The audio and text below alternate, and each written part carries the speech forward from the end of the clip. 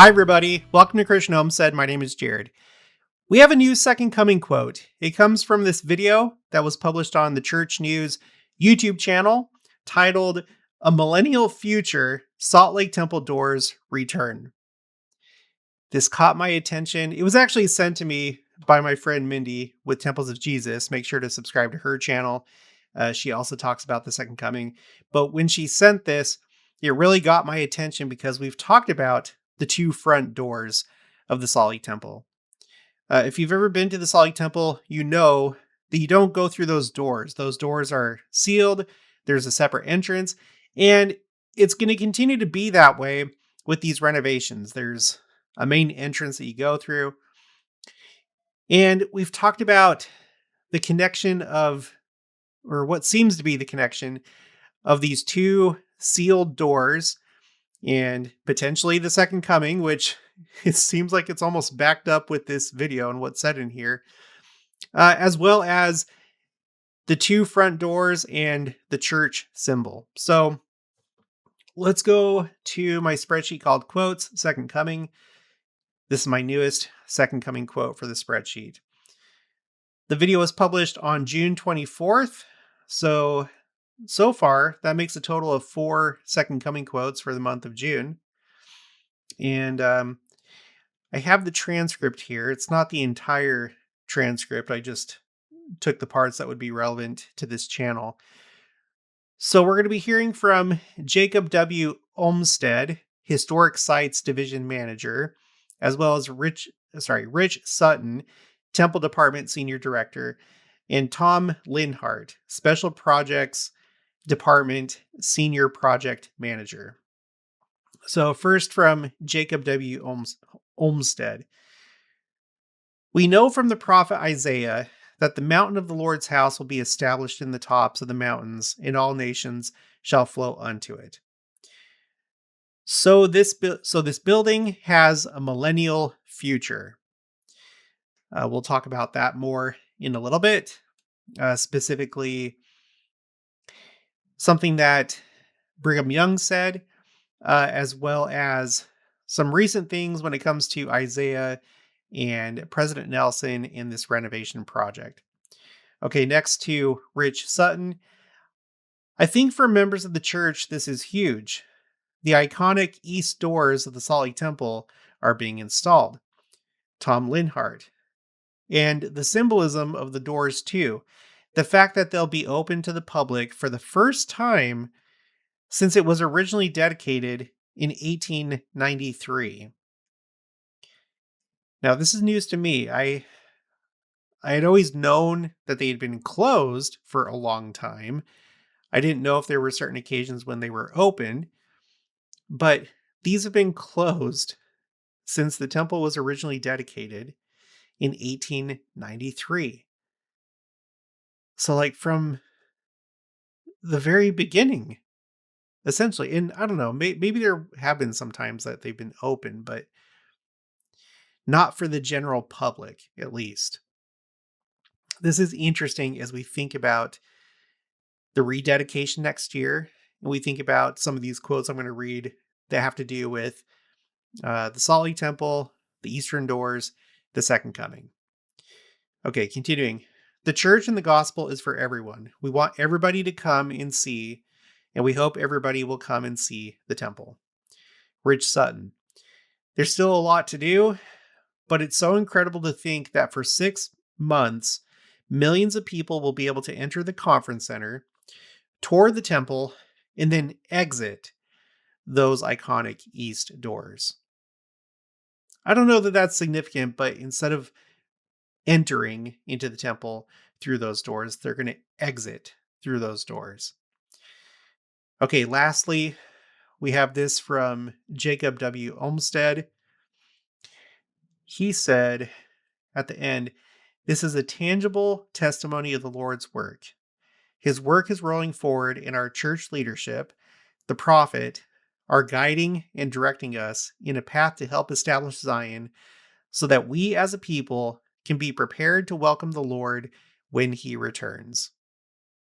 So there it is right there. We already had a hint of Second Coming talk, when he was talking about this building having a millennial future.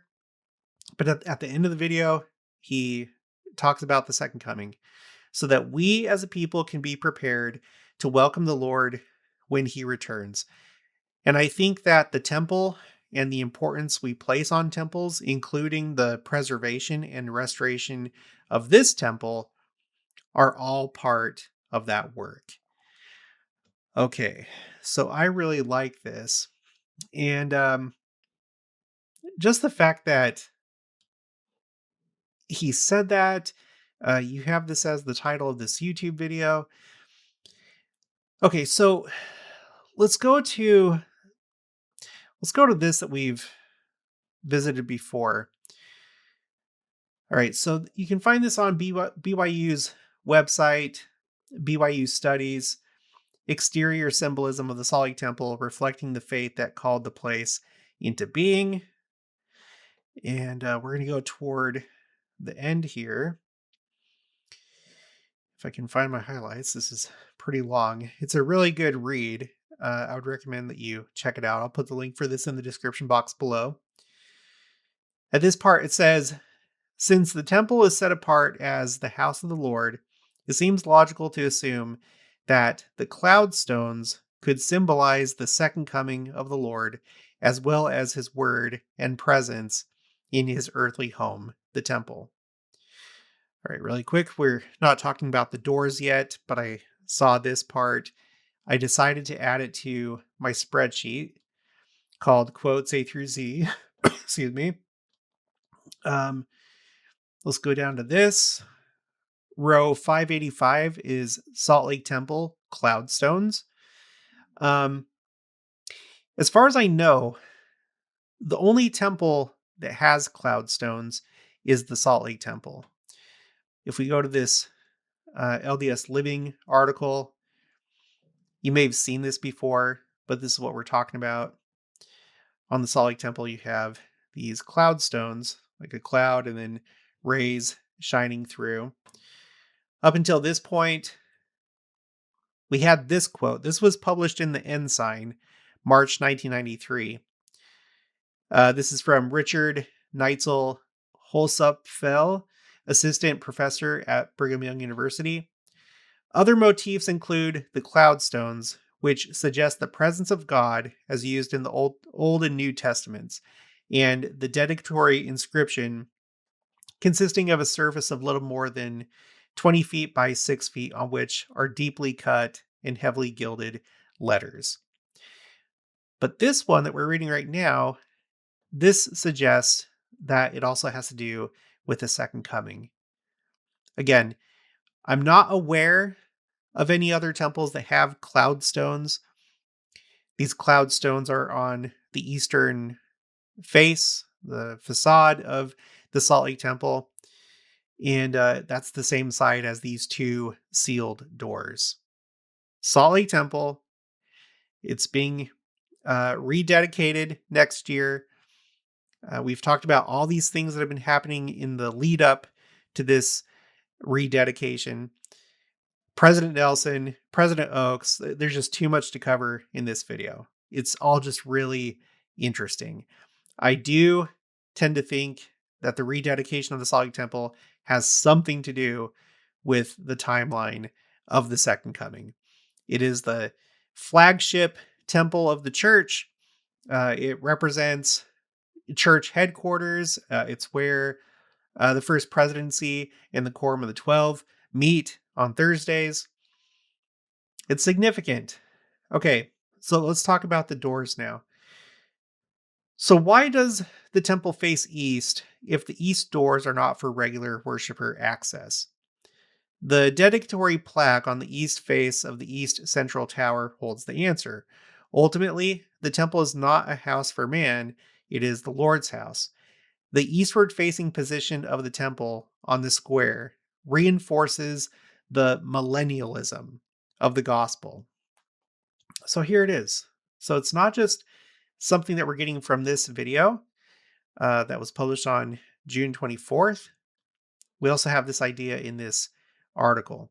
The eastward-facing position of the temple on the square reinforces the millennialism of the gospel. Just as the east central tower welcomes the untrammeled light of the rising sun coming from the east, so it will welcome the Lord at the commencement of the millennium. Quote, "But the Son of Man will come as the sign of the coming of the Son of Man, which will be as the light of the morning cometh out of the east." End quote. This prophetic doctrine was reaffirmed in 1956. Quote, "The Los Angeles Temple was the first in the 20th century to include an Angel Moroni statue on its 257-foot tower. The architectural plans called for the angel to face southeast, as did the temple itself. President David O. McKay, however, insisted that the statue be turned to face due east. Most, but not all, LDS temples face east, symbolic of the anticipated second coming of Christ, which Jesus compared to the dawning in the east of a new day. Matthew 24:27. End quote. Thus, the dedicatory plaque is not a casual sign in one sense. It is an announcement to greet the Lord when he comes to his house at his second coming. So what does that mean when we're thinking about the rededication of the Salt Lake Temple? I don't know, but I think it has to do with the second coming. We just heard from Jacob W.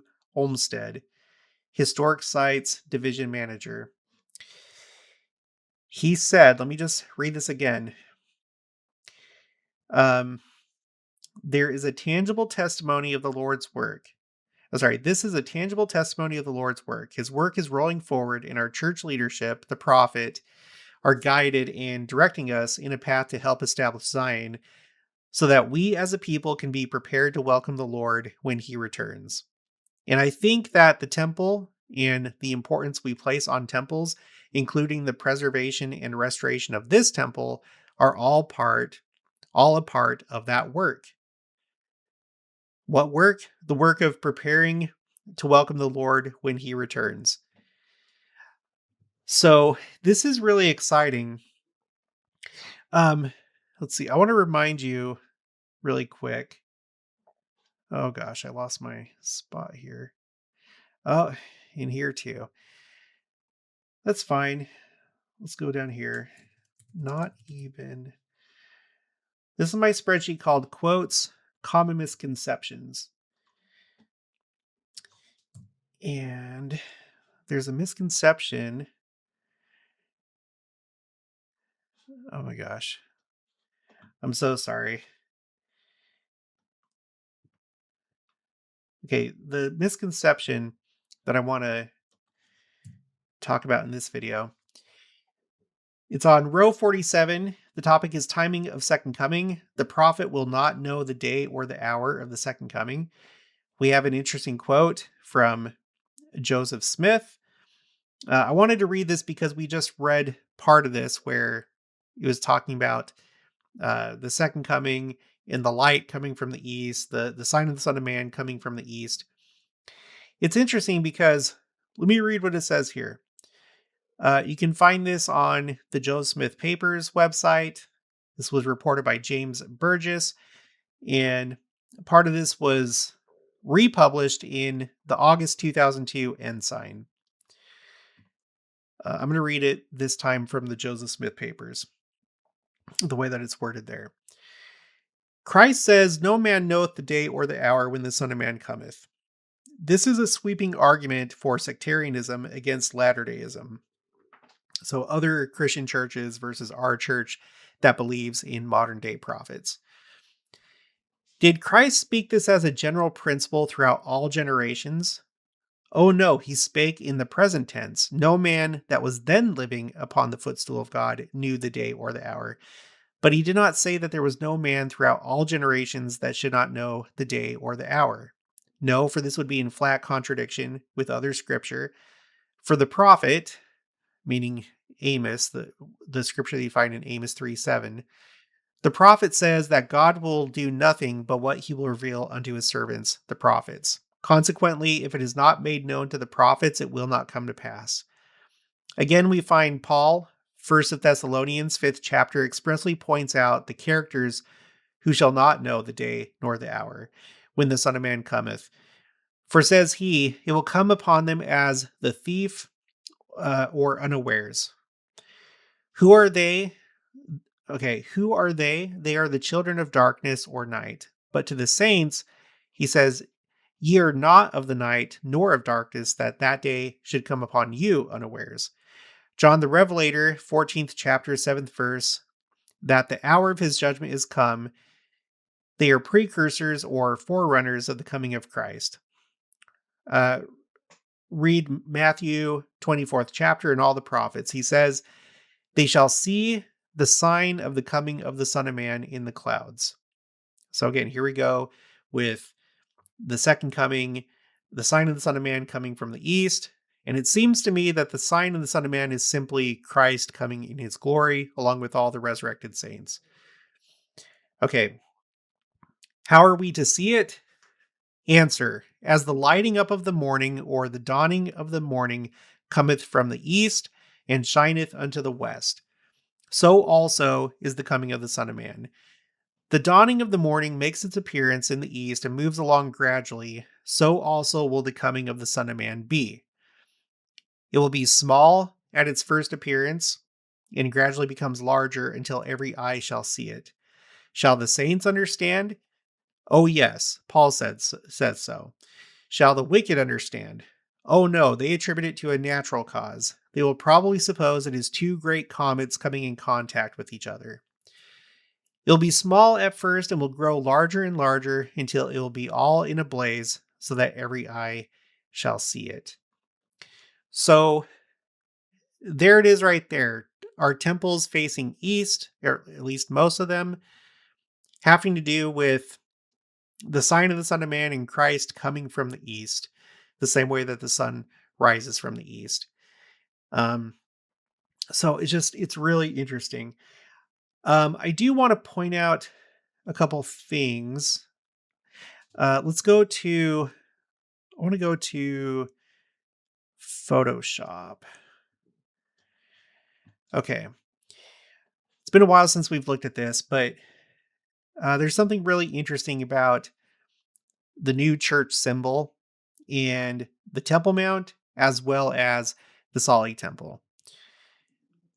On the eastern side of the Temple Mount, you have what's called the Golden Gate, or the Shushan Gate. And tradition holds in Judaism and Christianity that when the Messiah comes, that he will come through this gate and into the temple. And you can see that it's sealed. There's a whole story behind that. I'm not going to go into that, but it's sealed, uh, presumably to stop the Jewish Messiah from coming. But whatever the case, I don't know that that's necessarily doctrine in our church. I wouldn't be surprised if it was true. But you have some people that believe that when Christ comes again, he will come to the Mount of Olives and then, I guess, walk to the Temple Mount and go through this gate. When you look at the church symbol, if we put it over the Golden Gate, it matches perfectly. If you take off the bottom element that has the name of the church, if we're just looking at this top portion that has the Christus inside, let's do it this way. I have this green line here to show that this is the bottom of the opening. You see like these like smaller doors right here. They end right here where the green line is. So when we just look at the top portion of the church symbol, it fits perfectly. It makes me wonder if this was intentional on the part of the church, but it just works out very nicely. We know that this arch is supposed to symbolize the tomb, and then you have the resurrected Christ depicted by the Christus. But we are going to be seeing the resurrected Christ when he comes again. That's who's going to be here, the resurrected Christ. So I don't know. I like how that works. I realize the church symbol It seems to have been designed like this. So the top portion, the arch, it's basically you have a circle right here, and then you add a square whose length is the same as the diameter of the circle. Okay, so a circle and then a square, you put them together like this, and you get this shape.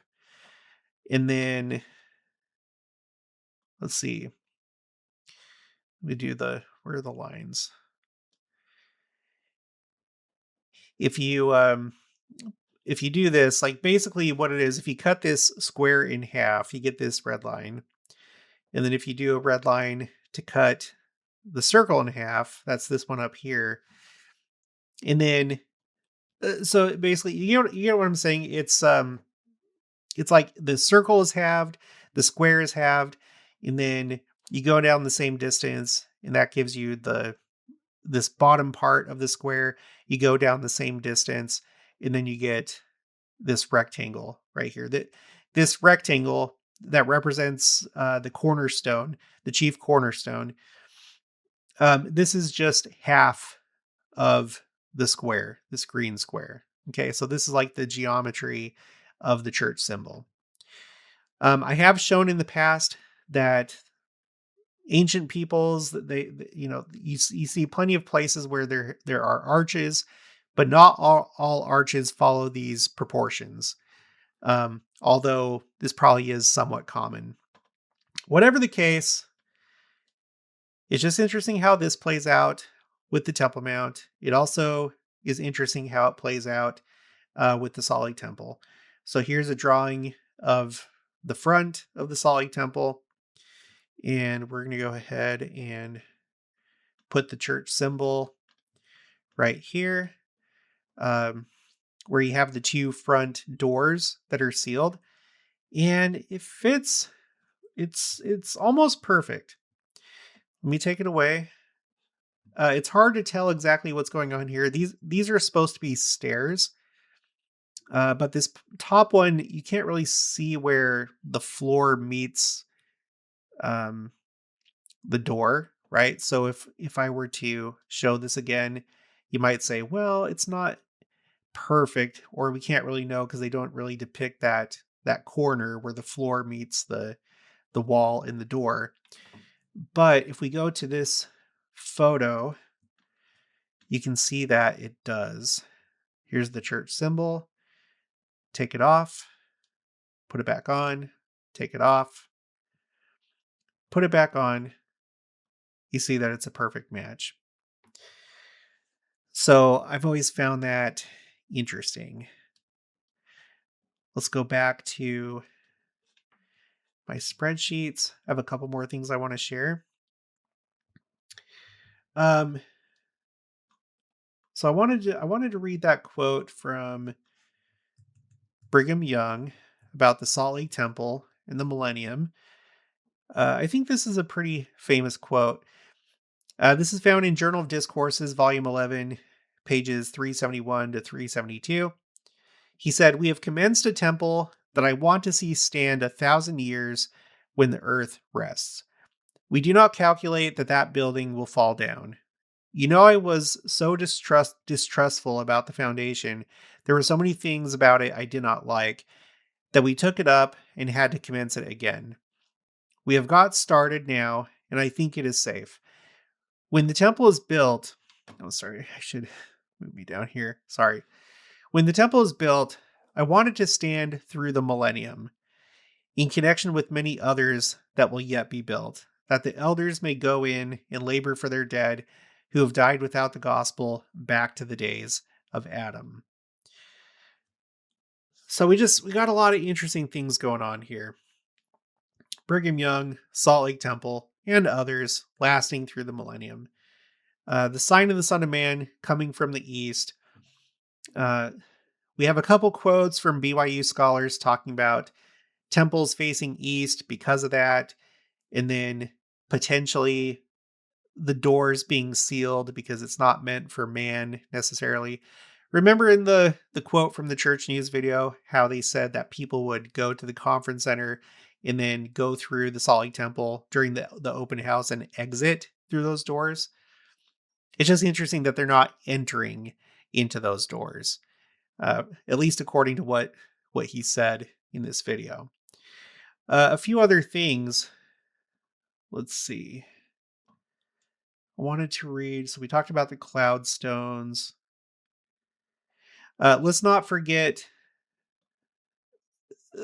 there's two prophecies or statements of President Wilford Woodruff in regards to the original dedication of the Salt Lake Temple. So, one thing that happened was this. We're just going to read this from, at the time, Elder Joseph Fielding Smith. This was in the April 1946 General Conference.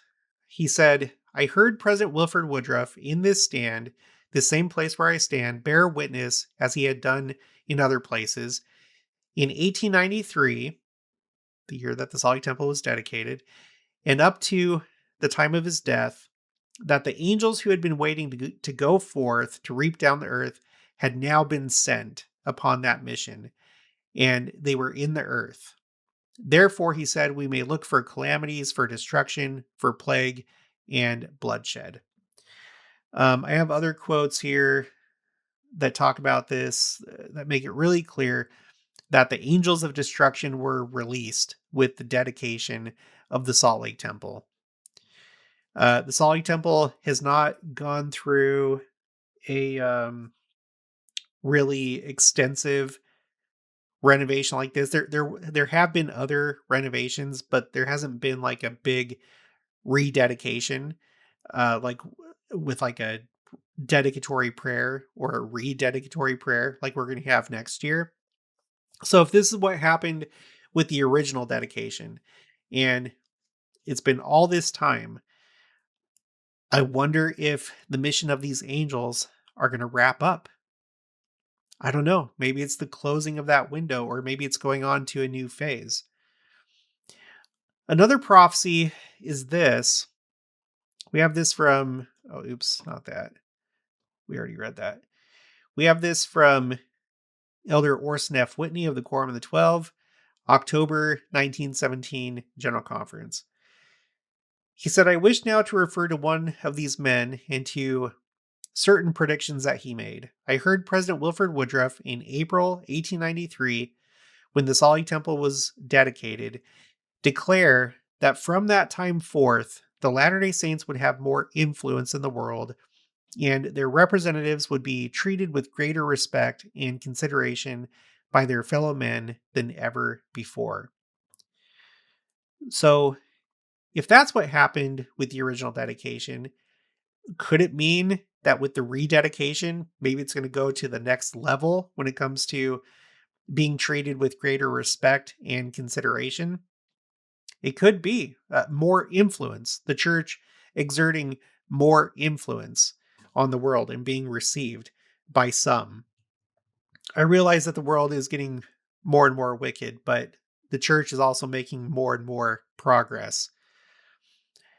Okay, finally, I want to read from this row, row 590 for Salt Lake Temple renovation. There's some interesting things here. This comes from a newsroom article, May 18th, 2020. This, well, I'll just read it.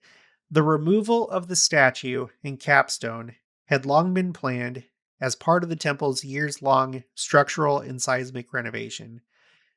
The timeline for this portion of the project was sped up following a 5.7 magnitude earthquake in March 2020 that shook the trumpet out of Moroni's right hand and caused other minor damage. I feel like there's some symbolism in that. A magnitude in the Salt Lake Valley that caused damage to the Angel Moroni statue. The same one that's facing east, proclaiming the gospel, as well as maybe heralding the coming of the Son of Man. He drops his trumpet and it sped up this part of the renovation. Happened in 2020. I feel like a lot of people realize that 2020 was probably a significant year in regards to the timeline for the second coming. Okay, this is church news, May 21st, 2024. Brent Roberts, Managing Director, Special Projects Department. I think our mission has stayed the same, and our mission, as given to us by President Russell M. Nelson, was to emphasize and highlight the life and ministry and the mission of Jesus Christ all throughout Temple Square, including the temple. And the renovation of the temple, of course, was to make it a greater patron experience, as well as provide mechanical, electrical, plumbing upgrades, and most importantly, a seismic upgrade so that it would stand through the millennium, is what the president has talked about many times. So, not just Brigham Young, but President Nelson, the prophet who initiated and oversaw much of the renovation process. This time, Brigham Young had the concern about the foundation. They redid it. And he's like, well, I think it's going to be okay. But here we are in the 2020s, and they've redone the foundation to make sure that it is ready to stand through the millennium. And most likely, uh, with an eye to protect it against that massive earthquake that's supposed to happen when Christ comes, that's going to shake the world. Um, the planet Earth is going to experience a lot of changes as the land masses come together, and you can only imagine the importance of our temples being protected against earthquakes and the movement of the Earth. Okay, we got this. This is also Brent Roberts, Managing Director, Special Projects Department, Church News. I remember when we put the monument of Isaiah 2:2, which is this right here. This is my other channel called Explore Church Sites. There's a monument over by the church office building and the administration building that has Isaiah 2:2. And it shall come to pass in the last days that the mountain of the Lord's house shall be established in the top of the mountains, and shall be exalted above the hills, and all nations shall flow unto it. Okay. I remember when we put the monument of Isaiah 2:2. If you look on the State Street side, as you enter the plaza on the State Street side, as we put that monument up, he, meaning President Nelson, was absolutely thrilled. And we were all thrilled because it says, and then he reads the scripture, well, the president took a portion of that scripture, all nations shall flow unto it, and gave to us part of our mandate. He said, quote, if all nations are going to be here, then technologically we need to take care of all nations, end quote. And so the audiovisual portion that will be in the temple itself for the patrons will be in so many languages, and people for the first time throughout the world can come to the Salt Lake Temple, attend the Salt Lake Temple, and be able to hear it in their own language. And he says, and we all think, that that's partial fulfillment of what Isaiah talked about, the mountain of the Lord and his special temple. Later on, this is Sarah Jane Weaver interviewing him. Yeah, and there's also an area of the plaza that shows flags of the world. Tell us about those, Brent Roberts. I was just at a meeting a few weeks ago with President Nelson, and he looked out his window and looked into that, and he said, quote, it's exactly like we as a first presidency envisioned it would be. It is beautiful. And he said, what have you done with the flowers around? What you've done with the flowers around. And they happen to be pink flowers at the time. Just enhances the square. And it's not a stagnant area with the flags moving and the wind bustling through the trees. It is exactly what we envisioned, and it shows the world that all children of God are welcome.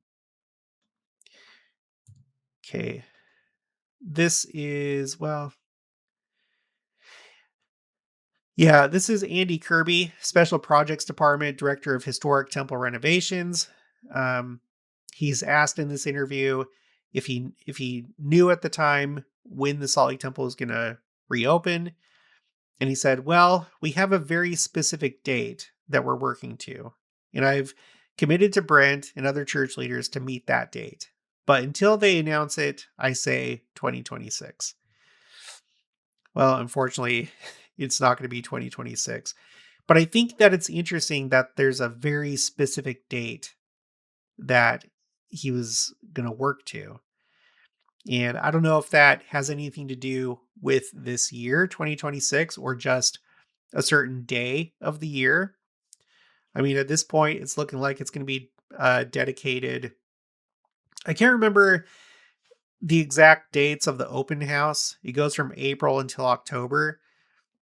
So I don't know if it would be dedicated later in October or in November, December, maybe. I don't know.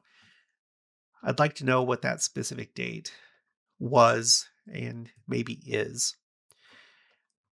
All right, we got this one. Josh Fenn, Vice President slash Project Executive, Jacobson Construction Company. This is from Church Newsroom on YouTube, posted August 30th, 2024. He said President Nelson highlighted that he saw in vision the nations of the world coming to this area. I wish we knew more about that vision. I mean, maybe it's just as simple as that. Maybe it was more detailed. Maybe he wrote it down in his journal or it's documented somewhere. But when we go back to this quote that I was reading earlier, where President Nelson says, talking about the flags and all that, and the flowers, when he said, "It is exactly like we as a first presidency envisioned it would be." I think a lot of people would read that and be like, "Oh yeah, they had a plan of what they wanted to do." Um, and that could be, but with this other quote that we just read, it may have actually been seen in a vision, not just them planning what that block was supposed to look like, but similar to the Kirtland Temple. You know that the Kirtland Temple, the design of it was revealed to Joseph Smith and his two counselors. Um, well, at that time, I think they were his counselors in the first presidency. I have it somewhere on my spreadsheets, the story of it. But Joseph Smith, before the Kirtland Temple was constructed, him and two others were shown almost like a 3D model. The way that, like, when we read it now in modern times, it almost sounds like some kind of like 3D projection. They saw the temple before it was built, they were shown what it was supposed to look like.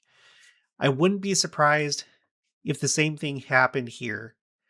We have President Hinckley with the Hong Kong China Temple. He was trying to figure out, you know, I can't remember the whole story, but he was trying to work out building that temple. And one night, I think when he was in China, he had a dream and he received the plan for the temple, how it was going to be used as like a multi-purpose building, including the temple space, but other facilities as well. And then that brings us up to this most recent one that we just read. So this building has a millennial future. He talked about, Isaiah 2:2, and how this is part of the church being prepared to welcome the Lord when he returns. And again, this video is specifically about the two front doors of the Salt Lake Temple. Not being replaced. I guess what they did is they touched it up. They, made it nice again. Sorry, it's late at night right now. I'm doing a lot of late night videos these days. Um, they've like renovated, they've touched up the doors, and they're putting them back in place. And it's just interesting that they're using this millennial and second coming imagery specifically about what they're doing with the doors after everything that we just talked about. This is an exciting time. I don't think I have anything else. I wish I knew what this tab was going to be. If I step away for too long, it can't just like save the spot that I was looking at on the spreadsheet. It has to go all the way back to the top. That's fine. I think we covered all the main stuff. All right. Well, that's going to be it for this one. I'll talk to you guys later.